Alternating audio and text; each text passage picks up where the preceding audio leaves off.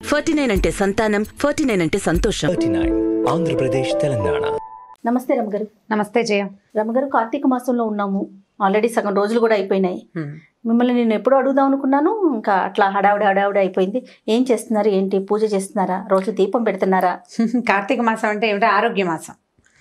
మామూలుగా ఆరోగ్యం అంటే మనం ఏం చేస్తాం, రకరకాల మంచి మంచి పదార్థాలు తినాలి, చక్కగా మందులు వేసుకోవాలి, బాగా పడుకోవాలి, రెస్ట్ తీసుకోవాలి కదా. కానీ కార్తీకంలో ఆరోగ్యం తినకూడదు, రెస్ట్ తీసుకోకూడదు, టైంకి పడుకుని బాగా పెందరాళ్ళే లేచేయాలి. ఈ రకంగా కనుక చేస్తే ఈ శీతాకాలం మొదటి రోజుల్లో ఈ పని చేస్తే తర్వాత కాలం ఆరోగ్యంగా ఉంటుందన్న సూచన కోసమే కార్తీక మాసపు ఆరోగ్యవంతమైన అలవాట్లు. దీపం పెట్టుకుంటాం పొద్దున్నే, ఎర్లీ మార్నింగ్ లేవటం, స్నానం చేయటం. ఇదివరకు నది స్నానాలు చేసేవాళ్ళు. అవునండి. లేకపోతే నూతుల నుంచి నీళ్ళు తోడుకుని అమాంతం బకెట్ ఎత్తి పోసుకోవటం. ఎంత చలేస్తుంది రమ్మగారు. చలేదు, అదేగా చెప్తున్న టెక్నిక్ అదే ఉంది. మరి ఇప్పుడు నీకు ఓవర్ హెడ్ ట్యాంక్లో నీళ్లు ఖచ్చితంగా చల్లగా ఉంటాయి, ఎందుకంటే ట్యాంక్లో ఉన్న నీళ్లు చల్లగాలికి తర్వాత మంచుకి ఎక్స్పోజ్ అయి ఉంటాయి. బావిలో నీళ్లు వెచ్చగా ఉంటాయి, ఓకే, గ్రౌండ్ వాటర్ వెచ్చగా ఉంటుంది. అందుకని ఈ కాలంలో ఏం చెప్తారు, సముద్ర స్నానం, నదీ స్నానం, చెరువులు, దొరువులు చిన్న పొన్నవి, లేకపోతే నుయ్యి ఆఖరిది. నూతిలో నీళ్ళైనా వెచ్చగానే ఉంటాయి, వెచ్చగా వస్తాయి. మా నూతికి పంపు ఉండేది, మా చిన్నప్పుడు నా నూతికి పంపులో కొడితే వెచ్చటి నీళ్ళు వస్తాయి. శీతాకాలం పొద్దున్నే స్నానం చేస్తే చుట్టూతో చలిగా ఉంటుంది, భూమిలో నుంచి వెచ్చటి నీళ్ళు వస్తాయి పైకి. ఆరోగ్యం. చల్లటి నీళ్ళు నువ్వు ట్యాంక్ వాటర్ పోసుకుంటే నిజంగానే చలిస్తుంది. మనం ట్యాంక్ వాటరే పోసుకుంటున్నాం అనుకోండి, ఆరోగ్య రీత్యా కొద్దిగా గోరువెచ్చటి నీళ్ళు, వేడి నీళ్ళు గీజర్ ఆన్ చేసుకుని పోసుకోకుండా కొంచెం మరీ చల్లగా ఐస్ కోల్డ్గా కాకుండా ఐస్ కోల్డ్ నీళ్ళు పోసుకుంటే జబ్బు చేస్తుంది. అవునండి.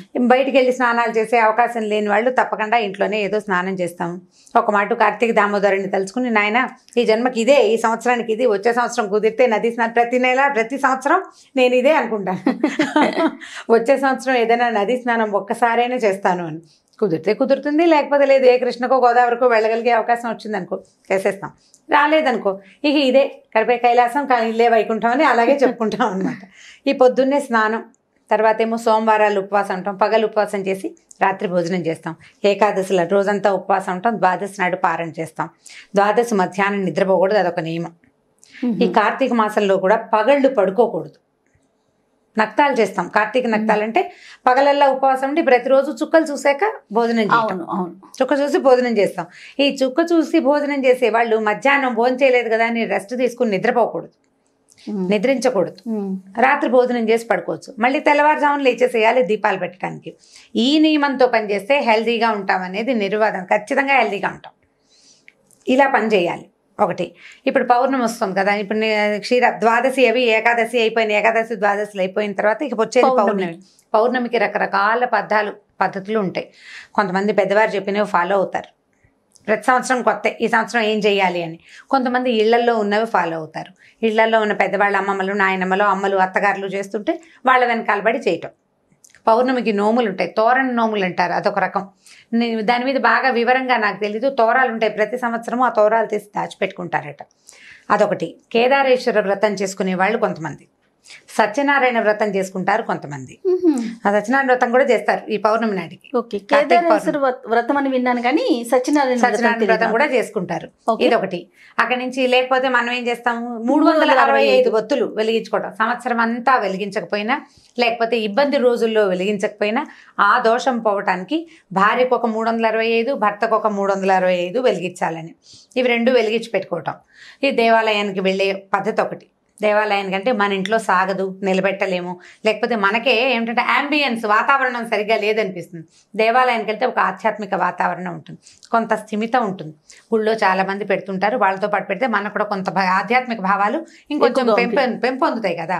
సరే, దేవాలయానికి వెళ్ళి పెట్టేటట్టయితే దేవాలయంలో పెట్టుకోవటం, లేకపోతే మన ఇంట్లోనే. నేనైతే ఈ దేవాలయాలకి వెళ్ళలేను, అంతమంది గుంపులుగా జనం ఉండి ఒకళ్ళ దీపాలు ఒకళ్ళు తోసేసుకుంటున్నారన్న భావన నాకు ఆసక్తికరంగా వదిలే ఈ పని అనిపిస్తుంది. నేను ఇంట్లో పెట్టుకుంటాను, తులసి దగ్గర పెట్టుకుంటాను. ముగ్గు వేస్తారు తులసి దగ్గర. తులసికి మామూలుగా మా తులసి కొంచెం ఎత్తు మీద ఉంటారు, పైన ఉంటుంది తులసమ్మ, కిందకి దింపుకుంటాను అనమాట. ఆ ఒక రోజుకి ముగ్గేసి ముగ్గులో తులసిని కూర్చోబెడతాం. ఈ తులసికి ముందుకి మళ్ళీ ముగ్గేసుకుంటాం, శంఖచక్రాలు, పద్మము ముగ్గేస్తాం. ఇప్పుడు ఈ పద్మంలో ఈ 2 ప్రమిదలు 365 365 ఒత్తులు వేసి వెలిగించుకోవటం.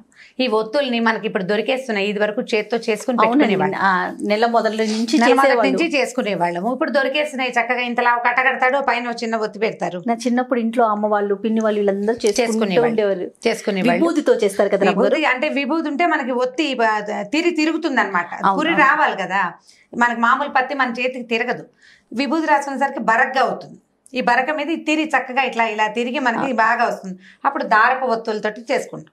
ఇది ఒక పద్ధతి. ఇప్పుడు దీన్ని ఏం చేస్తాము, ఈ 365 ఒత్తులు అంటే అప్పటికప్పుడు వెలిగిస్తే వెలగదు. దాన్ని ఏం చేస్తామంటే పొద్దునే మనం దేవతార్చన చేసుకునేటప్పుడు పొద్దున దీపం పెట్టుకునే అలవాటు ఉన్నవాళ్ళు లేదా దేవతార్చన పద్ధతులు ఉన్నవాళ్ళు అప్పుడే ఆవునేతిలో కనుక తడిపి ఉంచితే సాయంకాలం దీపం నిలిచి కాలుతుంది. మార్నింగ్ పెట్టేస్తే పొద్దున నానబెట్టుకోవాలన్నమాట. నువ్వు సాధారణంగా ఆవు నూనెతోటే చేస్తాం. ఆవు నెత్తి దీపాలే కదా అసలు కార్తీకం అంతా ఆవు నెయ్యే వాడుకుంటాం కదా. నిలబడి కాలుతుంది అనమాట. అది మధ్య మధ్యలో కొండెక్కిపోకుండా విరిగిపోకుండా స్థిమితంగా కాలడం కోసం, అంటే దీపం నిలబడి వెలగాలి కదా, పూర్తిగా ఆహుతవ్వాలన్నది ఒక నియమం. దీపం ఇప్పుడు మనం మామూలు దీపారాధన దేవతార్చన దగ్గర రోజువారీ చేసుకునేటప్పుడు దీపం బాగా నూనె అయ్యే వరకు ఉండటం ఒకటి, దీపం నిలిచి వెలగటం. ఒక్కొక్కసారి ఒత్తులు కూడా ఆహుతైపోతాయి. ఒత్తులు ఆహుతైతే చాలా మంచిదని ఒక భావన. ఒక్కొక్కళ్ళు ఆటభేదాలు ఉంటాయి, ఒక్కొళ్ళు ఒక రకంగా చెప్తారు. ఒత్తి మొత్తం ఆహుతైపోతుంది, అది కూడా బాగానే ఉంటుంది. ఈ 365 ఒత్తులు ఆహుతైతే బాగుంటుందని 2-3 పెద్దవాళ్ళ దగ్గర విన్నాను నేను. ఇది ఒక విధానం. పల్లెటూళ్ళల్లో అయితే ఏం చేసేవాళ్ళం అంటే ఈ 365 ఒత్తులు వేసేటప్పుడు దీపాలని చెరువులో వదిలిపెడతారు. జ్వాలాతోరణం అంటారు. ఈ జ్వాలాతోరణానికి దేవాలయాల దగ్గర చేస్తారు ఒక విధానం. దేవాలయాల బయట అంటే చిన్న చిన్న గుళ్ళల్లో చెయ్యరు, ప్రమాదాలకి దారి తీస్తుంది. పెద్ద ప్రాంగణాలు ఉండే దేవాలయాల దగ్గర ముఖద్వారం దగ్గర ఏం చేస్తారంటే గడ్డితో తోరణం ఏర్పరుస్తారు. ఈ సాయంకాల అర్చన అయిన తర్వాత అవి వెలిగిస్తారనమాట. ఈ తోరణం ఈ స్వామిని ఊరేగింపుకి తీసుకొస్తారు శివాలయాల్లో నుంచి. ఆయన బయటకు వస్తాడు, ఆ జ్వాలా తోరణం కింద నుంచి స్వామి లోపలికి వెళ్తాడు. ఆయనతో పాటు ఆ తోరణం కింద నుంచి మనం వెళ్తే గనక చాలా గ్రహ పీడలు అవి తొలుగుతాయని ఒక నమ్మకం. గడ్డి తోరణానికి ఏమైనా ప్రత్యేకమైన కథ ఉందా రమ్మగారు? ఇవి తెలియజే అట్లాగే చెప్తారు జ్వాలా తోరణం అని. కానీ చిన్నప్పున్న దేవాలయాల్లో ఇది పెట్టుకోరు.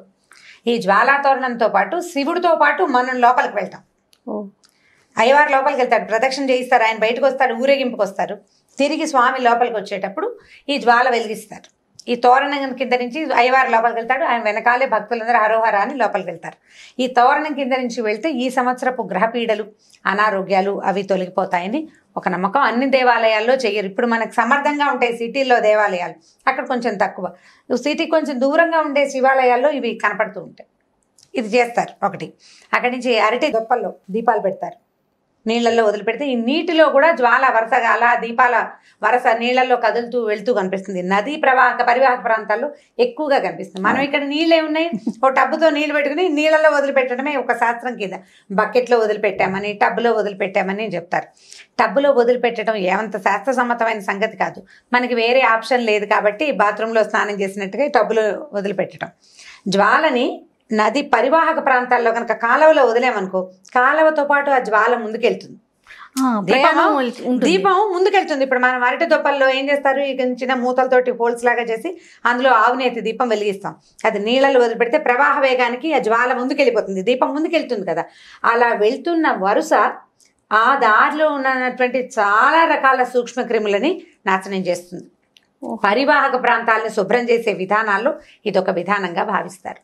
పసుపు కుంకుమ పువ్వులు వేసి దీపానికి అర్చన చేస్తారు, ఆ దీపాన్ని వదిలిపెడతారు.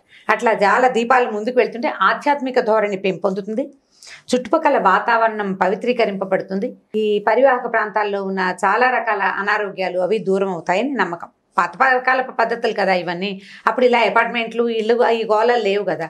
అక్కడి నుంచి ఆకాశ దీపాలు పెడతారు, దేవాలయంలో ఆకాశ దీపం పెడతారు. రోజు సాయంకాలం వేసరికి పైకి పెట్టుకుంటారు దీపం. ఇళ్లలో పెట్టలేకపోతాం ఆకాశ దీపం చూడడం. వీటిలలో ఏది కుదిరితే ఇప్పుడు ఇవన్నీ చేయాల్సిందేనంటే అన్నీ ఎక్కడ చేస్తాం, ఏది కుదిరితే అది చేస్తాం. అయితే కార్తీక మాసానికి రకరకాల కథలు చెప్తాం. పురాణం వినొచ్చు, రోజు వారడి పురాణం వింటాం. కార్తీకపు ప్రత్యేకత, ప్రతి రోజుకు ఒక కథ ఉంటుంది. 30 రోజులు 30 కథలు వినగలిగితే మంచిది. ఓకే. పౌర్ణమి నాడు ఒక రోజైనా సరే వాళ్ళ ఉపవాసం ఉంటాము, ఏదో చలిమిడి అవి చేసుకుంటాం. చలిమిడి దీపారాధన చేస్తారు, అది కూడా ఒక పద్ధతి. మా ఇళ్లలో కూడా కొంతమంది చేస్తారు. చలిమిడి చేసి ఆవు నెయ్యి పోసి అందులో దీపం పెట్టి వెలిగిస్తారు. ఆ చలిమిడే ప్రసాదంగా స్వీకరిస్తారు. రాత్రి మళ్ళీ వెన్నెలు వచ్చేదాకా భోజనం చేయరు. ఇదొక విధానం. ఎన్ని రకరకాలు. ఇప్పుడు నేను చేసే కొన్ని నాకు తెలిసినవి కొన్ని చెప్తున్నాను నేను. ఇప్పుడు ఇదే విధాయకమా అంటే నేను ప్రతిసారి ఏదో చెప్తా, ఈ ప్రాంతానికి ఇది విధాయకం. కొన్ని ప్రాంతాల్లో చలిమిడి తినరు, కొంతమంది తింటారు. కొంతమంది పళ్ళు నైవేద్యం పెట్టి పళ్ళే తింటారు. అసలు ఏమీ లేకుండా మంచినీళ్ళతో ఉండేవాళ్ళు కొంతమంది. వాళ్ళ అలవాట్లు, ఊళ్ళు, ఆ పద్ధతులను బట్టి. ఎవరికైనా సాధారణ నియమం ఏమిటి? పగలు ఉపవాసం, రాత్రి భోజనం, దీపం ఖచ్చితమైన నియమం. నువ్వు పొద్దున్న తెల్లవారుజామున లేచి పెడతాను, సాయంకాలం పెట్టలేను, ఆఫీస్కి వెళ్తాను. మరి పొద్దునైనా పెట్టు, నీ కుదిరితే చెయ్యి, ఆ పనైనా చేయాలి నువ్వు. ఇది రెండు రకాలు. పొద్దున సాయంత్రం 2 దీపాలు పెట్టగలిగి ఇళ్లలో ఉండి అవకాశం ఉన్నవాళ్ళు చక్కగా సాయంకాలం కూడా సంధ్య దీపం పెట్టుకుంటే అవన్నీ ఆరోగ్యానికి మంచివి. మనకి ఏంటంటే భగవంతుని చేరడానికి మనం ఎన్నుకున్న రకరకాల మార్గాల్లో ఇది ఒక మార్గం. కార్తీకం చాలా ప్రత్యేకమైన మాసంగా చెప్తాం కదా. పౌర్ణమి నాడు ఇన్ని రకాలు చేస్తాం. 365 ఒత్తులు వెలిగించుకోవటం. నాకు ఇంకొక విధానం ఉంది. ఒక పెద్ద ఆవిడ ఒకసారి చెప్పారు, మామూలుగా ఈ పౌర్ణమి రోజుల్లో పూర్ణచంద్రుడు కనపడతాడు మనకి కదా. ప్రతి చోట, ప్రతి ప్రాంతాల్లోనూ చంద్రుడు కనిపిస్తాడు. ఈ చంద్రుడిలో లలితాదేవిని భావన చేసి శ్రీ లలిత చదువుకుని లలితా సహస్రనామం చదువుకుని వెండి పళ్ళెంలో కానీ వెండి గిన్నెలో కానీ పాలతోటి పాయసం చేసి పాయసాన్ని నివేదన చేసి స్వీకరించమంటారు. ఓహో. పౌర్ణమి నాడు గనక ఇట్లా లలిత పారాయణ చేస్తే అది కామ్యమని, కోరిన కోరికలు సిద్ధిస్తాయని, మనశ్శాంతి దొరుకుతుందని చెప్తారు. చంద్రుడు మనఃకారకుడు. మనం మామూలుగా పౌర్ణమి రోజుల్లో సముద్రానికి ఆటుపోట్లు ఎక్కువ అవుతాయి కదా. అవునండి. అందుకని చీకటి పడ్డాక వెళ్ళకూడదంటారు. కొన్ని రకాల కరెంట్స్ ఉత్పన్నమై అవుతాయి, అందుకని పౌర్ణమికి చెప్తారు కదా, పెరుగుతాయి, ఆటుపోట్లు ఎక్కువ అవుతాయి. కానీ కార్తీక పౌర్ణమికి ప్రత్యేకంగా ఖచ్చితంగా సముద్ర స్నానం చెప్తారు. కార్తీక పౌర్ణమి స్నానాలు చాలా విశేషం. కార్తీక స్నానాలే విశేషమైన స్నాన విధులు అవి. పౌర్ణమి నాడు ఈ సముద్ర స్నానం చేయడం ఇంకా విశేషమైంది. పున్నమి చంద్రుడి వీపు కనుక పడితే ఆ సూర్యుడు చంద్రుడు ఈ నెలల్లో ఈ మధ్యలో పౌర్ణమికి వాటికి దగ్గరలో సూర్యచంద్రులు ఇద్దరు ఒక్కసారే ఆకాశంలోకి వస్తారని, ఆ వెలుగులు ఈ నదుల మీద పడడం వల్లే వాటిలలో కరెంట్స్ అంటే అందులో ఉండే శక్తి పెరుగుతుందని చెప్తారు. అందుకు ఈ నదీ స్నానాలు అవి నియమబద్ధంగా చేయాలంటారనమాట. కుదిరితే చేస్తాం, కుదరకపోతే ఇప్పుడు నేను చెప్పాను కదా వచ్చే సంవత్సరం చేస్తానని ఒక దండం పెట్టుకుంటాం. కుదిరిన ప్రకారంగా చేసుకుంటూ వెళ్తాం. పౌర్ణమి నాడు నియమంగా పగలు ఉపవాసం, సాయంకాలం భోజనం, సాయంత్రం దీపం పెట్టుకోవటం. ఈ 365 ఒత్తులు వెలిగించగలిగితే వెల్ గుడ్డు. నీ వల్ల కాలేదు, సూక్ష్మంలో మోక్షం ఒక దీపమైన ఒక్క జోడు దీపాలు వెలిగించి చంద్రుణ్ణి చూశాక భోజనం చేయటం. మనం ఏదైనా నివేదన చేసుకుని కుదిరితే మేడ మీదే భోజనం చేయగలిగితే ఆ చంద్రకిరణాల వల్ల మనకి ఆహారం అమృతతుల్యం అవుతుందని చెప్తారు. చీకటి పడ్డాక చేస్తాం. ఎలాగైనా 6ంటికి తినేయం కదా, 7 గంటలు అయిపోతుంది. పాయసం, పప్పు ఏదో చేసుకుంటాం. మనకి 5 నుంచి చీకటి అనిపించేస్తుంది.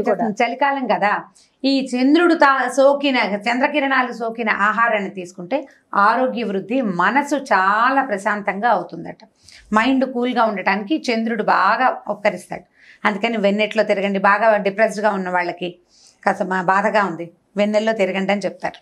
మనశ్శాంతిగా ఉంటుంది. చల్లదనం వల్ల ఒక రకమైన ఆహ్లాదకరమైన వాతావరణం వస్తుంది.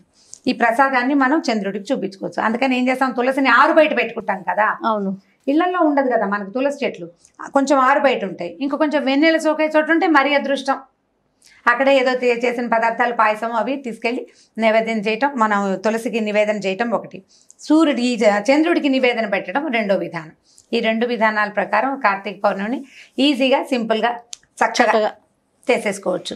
నేనైతే వీటిలలో దాదాపుగా అన్ని నేను చెప్పిన విషయాలన్నీ నా సొంతవే. ఓకే.